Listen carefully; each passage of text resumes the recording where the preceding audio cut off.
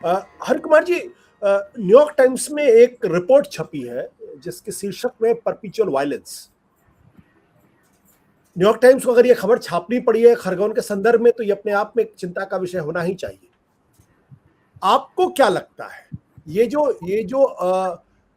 ये बात सही है कि भारत जो है उसने विभाजन की विभीषिका झेली है, लाखों लोगों की जानें गई हैं और दो राष्ट्र सिद्धांत के आधार पर इस देश का बंटवारा भी हुआ, हालांकि कांग्रेस पार्टी इस बात को नहीं मानती है।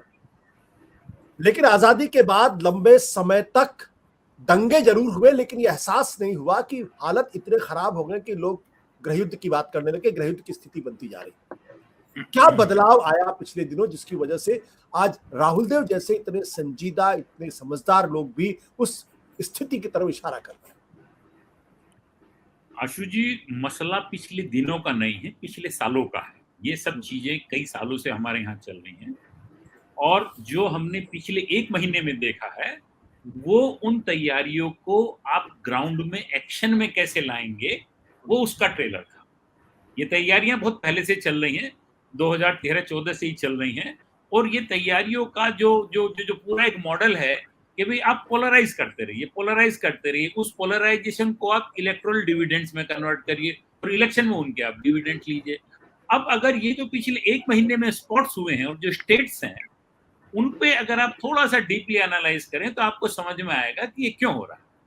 मध्य प्रदेश में अगले साल इलेक्शन होना है। मध्य प्रदेश में 2 जिले हैं, खरगोन और एक बड़वानी। खरगोन और बड़वानी में 10 एमएलए की सीट है, 10 में से 9 सीटें कांग्रेस के पास थी, 1 सीट बीजेपी के पास थी, ठीक ना। हम जब खरगोन गए, कई लोगों ने कहा कि साहब ये दंगा जो है ये 2023 की तैयारी है, आप किसी भी तरीके से उसको पोलराइज करिए। अब अगर आप वायलेंस के लेवल की तरफ को जाके देखेंगे तो ठीक है, वहां पे कुछ 70-75 लोग इंजर्ड हुए, एक आदमी की डेथ हुई, उसको कोई आप बहुत व्यापक और बहुत बड़ा दंगा नहीं कह सकते। हालांकि खरगोन के लेवल पे लोगों ने बताया ये अभी तक का वहां दंगे होते रहते हैं, दंगों का इतिहास है, ये अभी तक का वहां सबसे बड़ा, सबसे वाइड स्प्रेड वायलेंस था in terms of loss of property.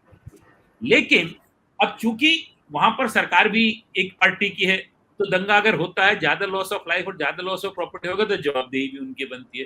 तो कोशिश ये रहती है कि भाई एक तरीके से जो वायलेंस का लेवल है वो थोड़ा सा कंट्रोल भी रहे और थोड़ा वाइड स्प्रेड भी रहे। Control in terms of loss of life रहे और वाइड स्प्रेड इस टर्म्स में रहे कि भाई उसके शहर के जो सारे एरियाज हैं उसमें कुछ ना कुछ हो जाए जिससे कि पोलराइजेशन होता रहे और जब भी इलेक्शन हो उसमें उसमें आप उसका फायदा उठाएं। अब गुजरात में इलेक्शन होना है, गुजरात में हुआ। आपके दिल्ली में एमसीडी का इलेक्शन होना है, दिल्ली में हुआ। आपके मध्य प्रदेश में इलेक्शन होना है नेक्स्ट ईयर, उसमें हुआ। आपके राजस्थान में इलेक्शन ड्यू है, वहां पे हुआ। तो ये सारी की सारी एक बड़े पैटर्न के साथ तैयारियां।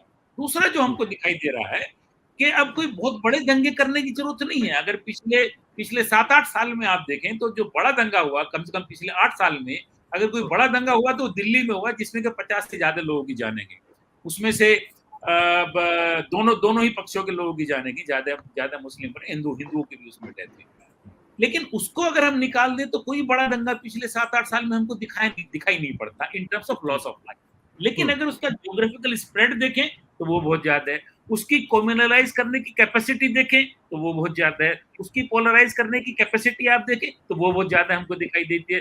अब दंगे, अब ये रामनवमी का जो मौका है, आपकी आपकी रामचंद्र जी की बारात निकलती है, उसमें नारे लगते हैं, उसमें डीजे बजते हैं, उसमें एग्रेसिव सॉन्ग्स गाए जाते हैं और उसमें कई तरह के नारे लगाए जाते हैं जिसमें मुस्लिम पक्ष को ऐतराज होता है। मुस्लिम पक्ष की मस्जिद से कहीं रास्ता गुजर रहा होता है, कहीं वो सामने खड़े हो जाते हैं, कहीं वो सब कुछ हो जाता है और वो दंगा शुरू हो जाता है।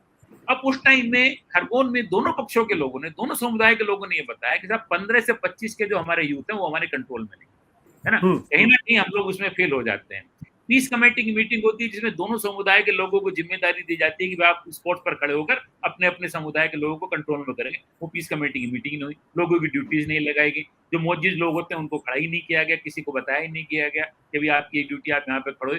तो उसकी वजह से जो स्पॉट्स थे उन पर कंट्रोल करने वाले कोई लोग थे ही नहीं। कम्युनिटी के जो लोग होते हैं, कम्युनिटी लीडर्स होते हैं, लोकल ओपिनियन होते हैं, उनका बड़ा रोल होता है इन सब चीजों को रोकने में। तो अब ये मॉडल जो है ये एक ऐसा मॉडल होता जा रहा है हिंदुस्तान में कि जहां जहां इलेक्शन हो, और इलेक्शन इस साल में पांचों साल होते हैं, 12 महीने 5 साल इलेक्शन होते हैं, कभी कोई कभी कोई कभी कोई। तो ये अब एक ऐसी परंपरा बनती जा रही है कि ना तो इसका कहीं ये दिखाई पड़ रहा है कि कहाँ रुकेगी और इसका क्या मतलब, इसका अल्टीमेट रिजल्ट इसका क्या होगा, क्या इसका स्वरूप होगा, इस पे कहना भी मुश्किल है। लेकिन जो कॉन्स्टिट्यूशनल वायलेंस का वर्ड यूज किया गया, उस तरफ हिंदुस्तान बढ़ता दिखाई पड़ रहा है। सत्य हिंदी का ऐप डाउनलोड करें गूगल प्ले स्टोर पर।